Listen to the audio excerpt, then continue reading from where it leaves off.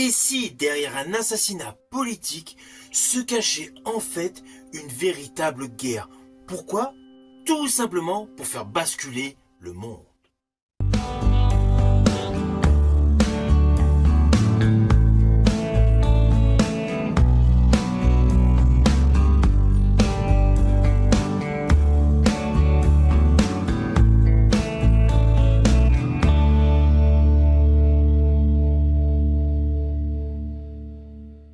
Hello, c'est HR, votre chroniqueur qui dit samedi, je vous parle d'un film ou d'une série From Asia. Aujourd'hui, il s'agit de la série coréenne Tempest, actuellement disponible sur Disney+. Avant d'aller plus loin, n'oubliez pas, si vous n'êtes pas abonné, pensez à le faire, pensez à la petite cloche pour les notifs, mais surtout pensez à me mettre en commentaire votre opinion.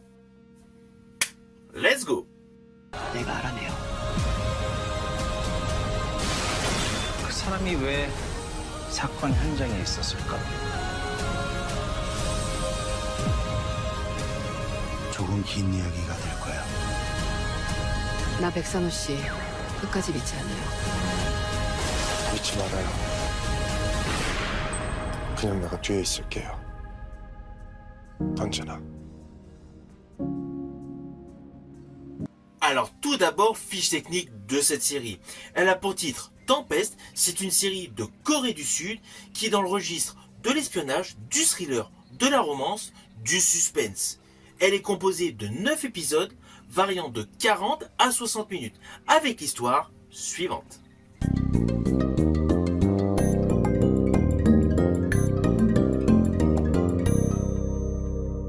Alors naturellement, je vais le faire de manière succincte, de manière à pas du tout vous spoiler. Ainsi, cette série Tempest nous plonge littéralement dans le parcours de Seo Moon-joo, une ancienne diplomate brillante dont la vie bascule après un assassinat brutal. Celui tout simplement de son époux, véritable figure politique en pleine ascension. Naturellement, elle refuse les explications officielles et elle décide tout simplement de mener l'enquête, de creuser elle-même.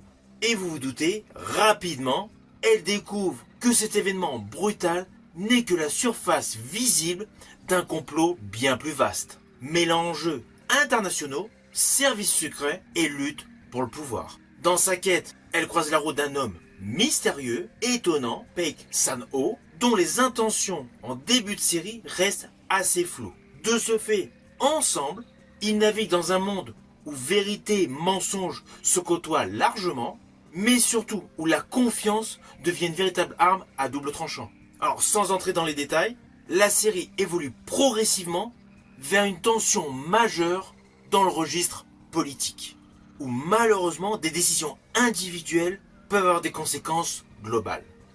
Alors, ne vous inquiétez pas, je n'irai pas plus loin.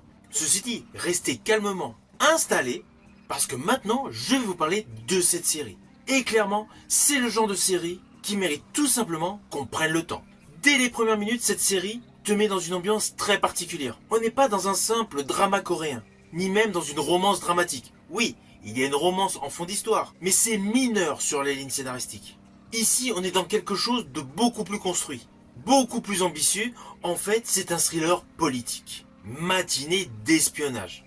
Si vous avez aimé les séries telles que House of Cards, eh bien cette série Tempest est vraiment dans le même style, sauf qu'il y a en plus la sensibilité propre au K-drama. Et justement, ce qui frappe immédiatement dans cette série, c'est le ton. C'est sérieux, c'est tendu, c'est presque oppressant, voire anxiogène par moments. On sent que chaque dialogue a du poids, chaque détail compte, et surtout que chaque décision de certains protagonistes peuvent déclencher des réactions en chaîne. En fait, au fur et à mesure des différents épisodes, il y a une véritable sensation de danger permanent. Alors l'intrigue, elle est intelligente et progressive, c'est indéniable. Et d'ailleurs, cette série Tempest ne te balance pas tout de suite. L'intrigue se construit petit à petit, en fait, comme une enquête à tiroir. Il y a un effet puzzle. On avance avec les personnages principaux et on découvre de nouveaux éléments avec l'héroïne. En fait, c'est une série qui assume un public mature. Cette série, en fait, te laisse réfléchir, faire des liens et surtout remettre en question ce qu'on croit savoir. On est très loin des scénarios simplistes. L'histoire est riche, à rebondissements, à twists, sans basculer dans l'action movie. Alors, le personnage de Seo Moon-jun est un personnage fort. Elle est clairement le cœur de la série. Ce n'est pas du tout une héroïne caricaturale, elle est ni parfaite, ni invincible. Au contraire, elle est humaine. C'est un personnage totalement crédible. Et je rajouterai qu'en fait, sa composition évolue au fur et à mesure des épisodes. Au début, son personnage est dans une posture de drame, de douleur, de tristesse absolue, mais très vite, son personnage devient beaucoup plus stratégique, voire calculatrice. En fait, on assiste à une véritable transformation progressive. Pourquoi ? Parce qu'en fait, elle se rapproche d'une figure politique forte. Rien à voir avec le début de série. Alors évidemment, toute la dimension d'espionnage autour de son personnage est l'autre gros point fort de cette série. On ressent clairement les influences de gros films internationaux au cœur de cette série. On y retrouve les agents secrets, les manipulations, les mensonges, les doutes, ainsi que tout ce qui a trait à la surveillance et aux alliances instables. Mais là où la série se démarque totalement des autres films et séries dans le même style, c'est dans sa manière de mélanger tous les enjeux, notamment les enjeux géopolitiques. Alors oui, il y a un côté assez complexe de manière à donner de la véracité au récit, mais cela donne une ambiance très crédible. Tout ce que vous allez voir au cœur de cette série paraît réaliste. On pourrait même se dire qu'en fait, il s'agit de l'adaptation d'un fait divers réel.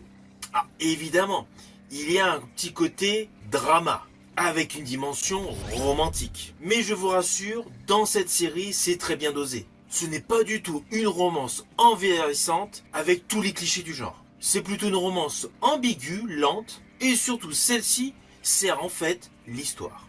En fait, toute la romance K-drama vient ajouter tout simplement une touche émotionnelle.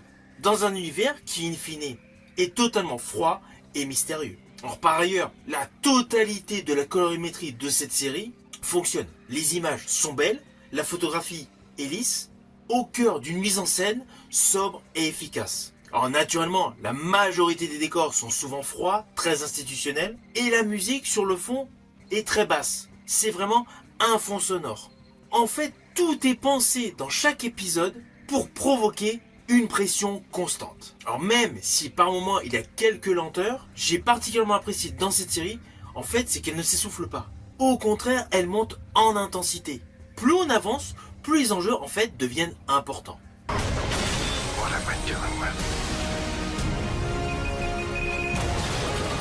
Avec évidemment des révélations qui s'enchaînent et des décisions lourdes de conséquences. En fait, plus on avance, plus on comprend que l'histoire dépasse largement le cadre personnel. Le petit crime qu'il y a eu en début de série, provoquant ainsi une enquête intime, débouche sur quelque chose de beaucoup plus global. Pour faire simple, le scénario est intelligent, bien construit, le personnage principal est complexe et crédible, il y a une tension constante du début jusqu'à la fin, et il y a un réel mélange réussi entre politique, espionnage et romance.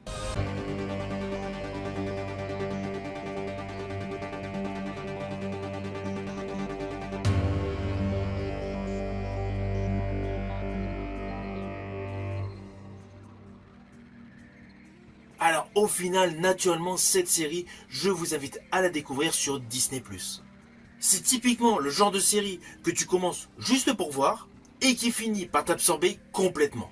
C'est loin d'être une série légère, c'est clair. Elle demande de l'attention, de l'implication, surtout de l'écoute. Mais en échange, elle te propose une histoire très dense, mature et prenante.